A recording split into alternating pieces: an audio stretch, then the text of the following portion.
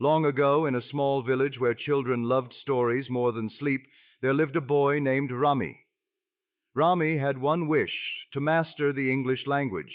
He dreamed of reading great books like Treasure Island and Pride and Prejudice without stumbling. He wanted to speak to travelers in the marketplace and tell them his thoughts without fear.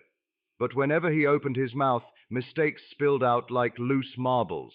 At first, Rami felt ashamed. His words twisted, his grammar broke, and laughter sometimes followed.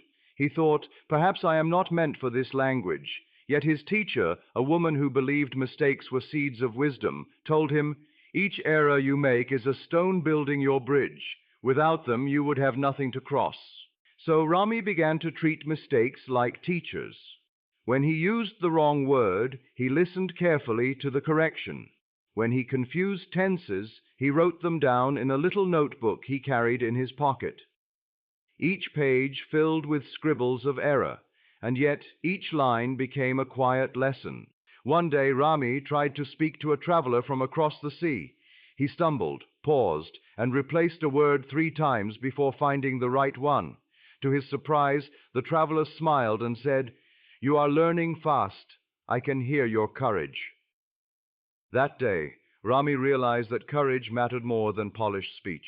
At night, he read stories aloud, even when the sentences tangled his tongue. He wrestled with words as though they were wild animals, until slowly they became his companions. He discovered that the more he read, the more natural his speech became, like a river that clears the more it flows. Rami still made errors, of course, but now he welcomed them, for each mistake was like a key opening a new door. His patience grew, his confidence grew, and though progress was sometimes invisible, he trusted that every day's effort was quietly building strength within him.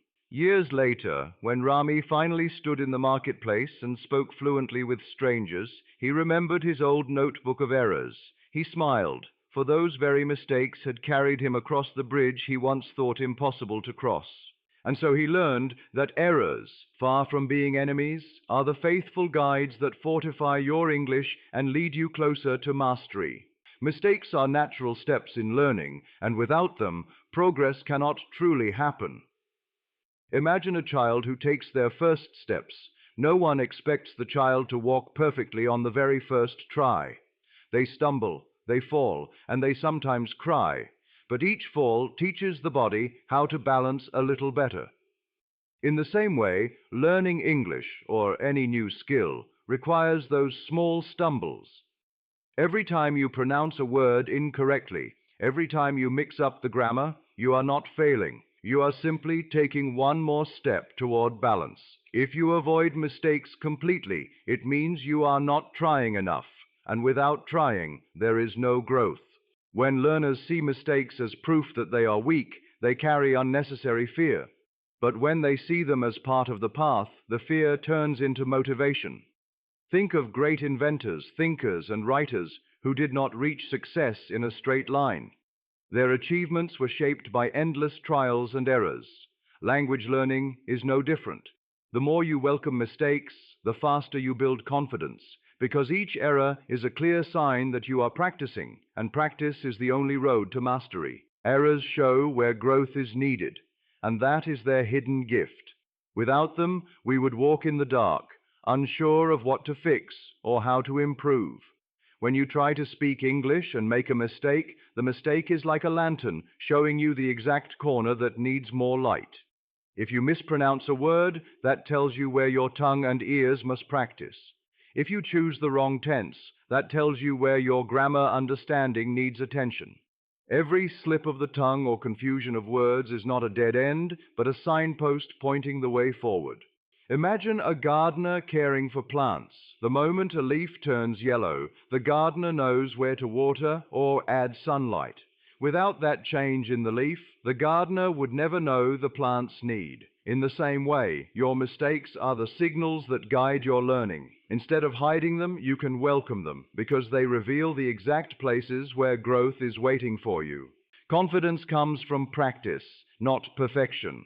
Many learners wait for the day when they will speak without a single mistake before daring to open their mouths.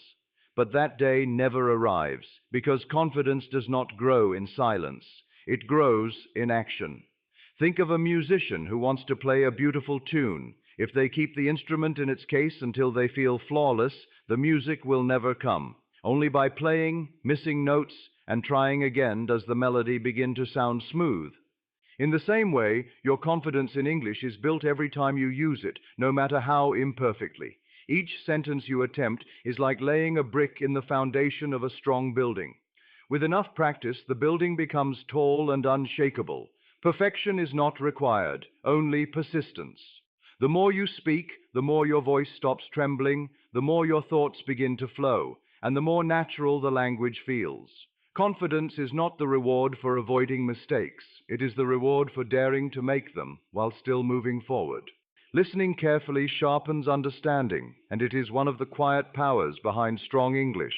When you truly listen, you notice the rhythm of sentences, the rise and fall of voices, and the small pauses that give meaning to words.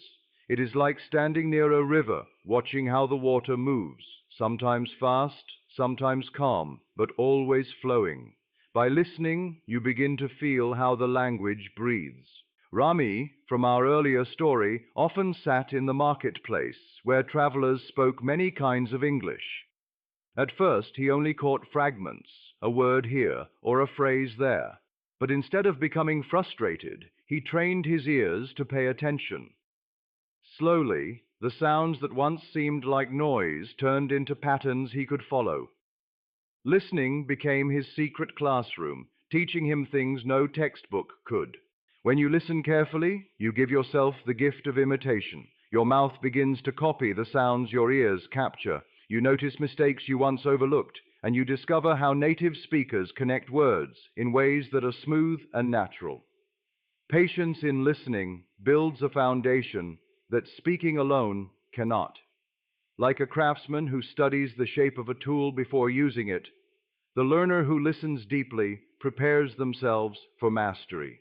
Reading widely builds stronger language because every book, article, or story you read adds new colors to your vocabulary and shapes your thoughts in richer ways. Imagine language as a garden. If you only plant one kind of seed, the garden will look plain. But when you plant many kinds, flowers, herbs, and trees, the garden becomes full of life and beauty. Reading is how you plant these seeds in your mind. When you read, you don't just learn words. You see how they live inside sentences, how they dance with grammar, and how they carry emotion. A single page from Alice's Adventures in Wonderland can show you playfulness, while a passage from The Old Man and the Sea can teach you simplicity and strength. Each writer you meet on the page lends you a different voice, and soon those voices whisper inside you when you speak or write. Rami once discovered this truth when he borrowed a stack of old books from a neighbor. At first, many words were unfamiliar, but instead of skipping them, he looked them up, wrote them down, and returned to them often. Over time, the words that once seemed distant became close companions. His English grew stronger, not because he memorized lists, but because he let stories feed his imagination and language alike. Speaking boldly leads to clearer expression, because courage trains the tongue in ways silence never can. Many learners hide their voices, waiting until their English feels perfect before daring to speak. But silence does not polish words, it only keeps them locked away. Each time you speak, even with mistakes, you shape your voice, and your confidence grows stronger. Think of a blacksmith forging iron. The metal does not become sharp or useful by lying still. It must be heated, hammered, and tested in fire. In the same way, your words must be spoken aloud, tested in conversations, and sometimes corrected before they can shine. Boldness is the hammer that shapes your language into clarity. Rami learned this when he joined a group of travelers at the village inn. His sentences broke in the middle, his verbs slipped, yet he kept going. At first, laughter echoed around him, but soon that laughter turned into patient smiles, then into genuine conversations. By daring to speak, he proved to himself that mistakes were not walls, but stepping stones. Every bold attempt gave his tongue more freedom, until his thoughts flowed closer to the way he imagined them. Every correction adds to your skill because each one is like a gentle hand guiding you back onto the right path. Without correction, you might walk in circles, repeating the same mistake again and again. But when someone points it out, or when you notice it yourself, you suddenly see the path more clearly. Corrections are not insults, they are gifts, shaping your English little by little. Rami once mispronounced the word island again and again, saying the S as if it were meant to be there. A kind traveler smiled and said, "In English, the S is silent." At first Rami blushed, but then he repeated the word the new way, and it felt smoother on his tongue. From that day forward, he never forgot the lesson. That one small correction stayed with him for life, and it made his speech sound more natural. Each correction you receive is like adding a new tool to your toolbox. The more tools you carry, the more skillfully you can build. Over time, the pile of corrections turns into a strong structure of knowledge. Instead of fearing them, you can welcome corrections as stepping stones to better English. They are not reminders of failure, but clear signs that you are moving forward. Patience with yourself keeps you moving forward because language is not mastered in days or weeks.